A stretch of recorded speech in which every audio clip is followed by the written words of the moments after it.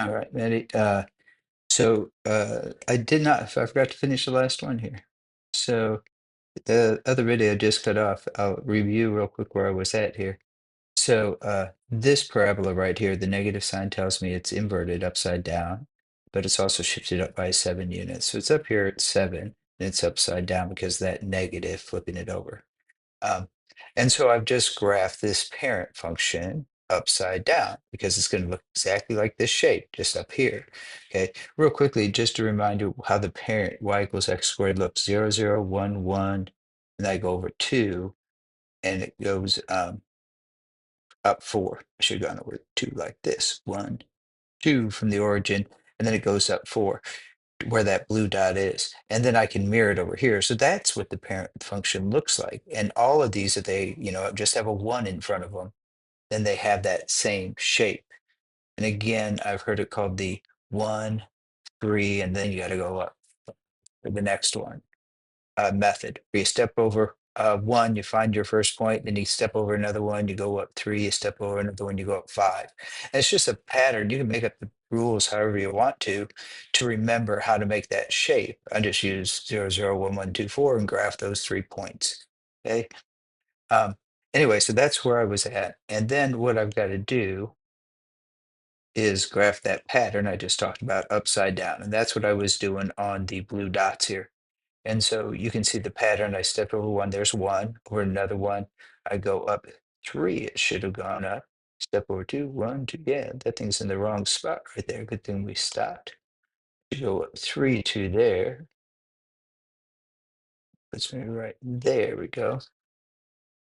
So if I wanted to reference this table, this is like 0, 0, 1, 1, step over 2, go down 1, 2, 3, 4, or it's over 1, down 1, over the next one, there's 3, or the next one down 5, 1, 2, 3, 4, 5, over the next one down 7, you'd have to go. But we don't need to go that far. I'm gonna put one more dot here because of symmetry. I've got one right there. Okay, so that's this one that I'm graphing. Let me write him in a different color here, or circle him in a different color. There he is in green. So there's the one I'm graphing.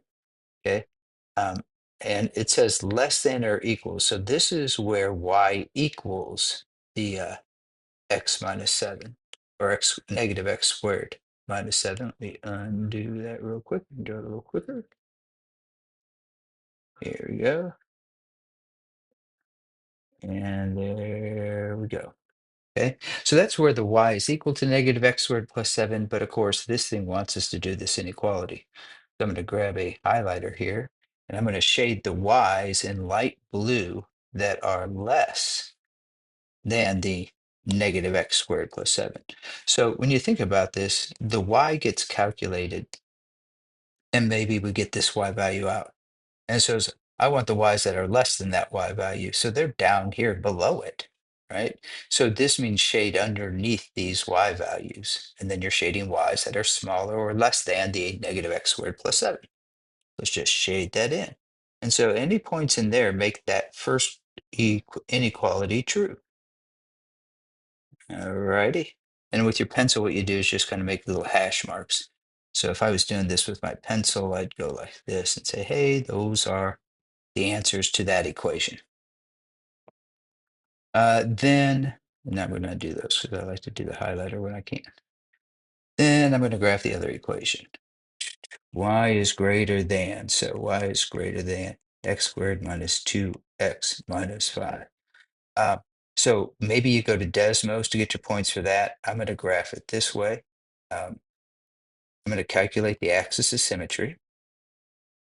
So I'm going to go negative of, my b value is negative 2, all over 2 times my a value is just a 1. So I get 2 over 2, I get 1. So this function right here, this parabola, its axis of symmetry is right at x equals 1. And so I could come over here, and I'm going to draw them with a red line. X equals 1. There's where this parabola sits. Okay. The only thing I don't know is like where does it start on this line? I know it's x value, I just don't know the y value for where it starts.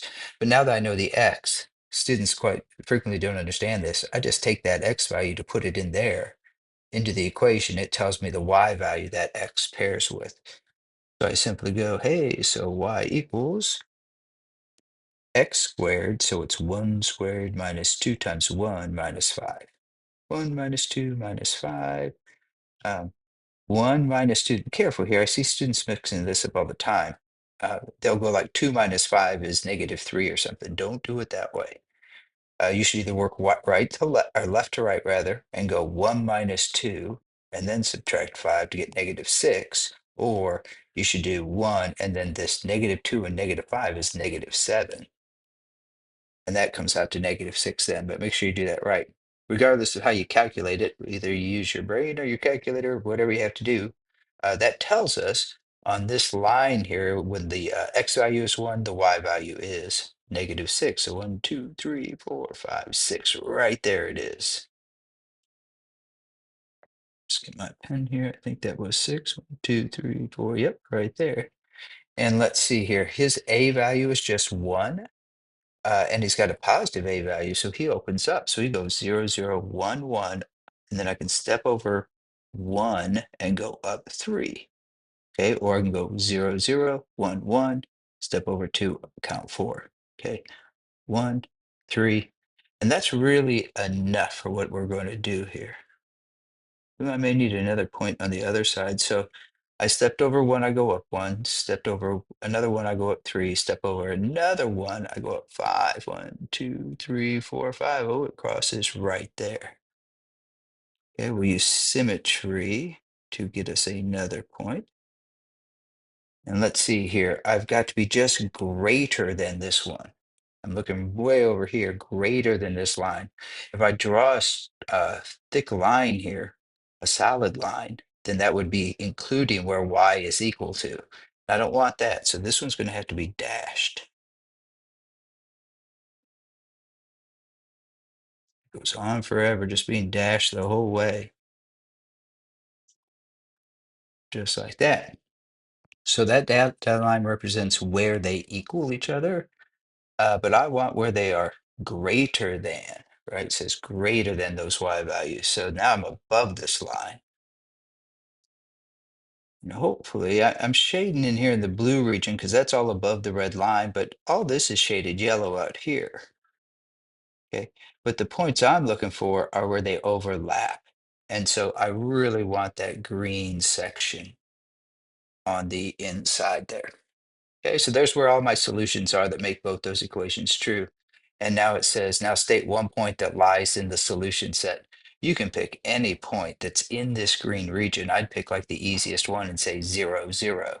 And you could check it when y is 0, plug in 0 here. For x is, it comes out to -5. 0 is greater than -5. Plug in 0 here and 0 there because you're testing the point 0, 0. 0 is less than 7 minus 0. Yeah, 0 is less than 7. So 0, 0 certainly would be an easy one to just say it's this, but you could choose any point in that green region. And that is it.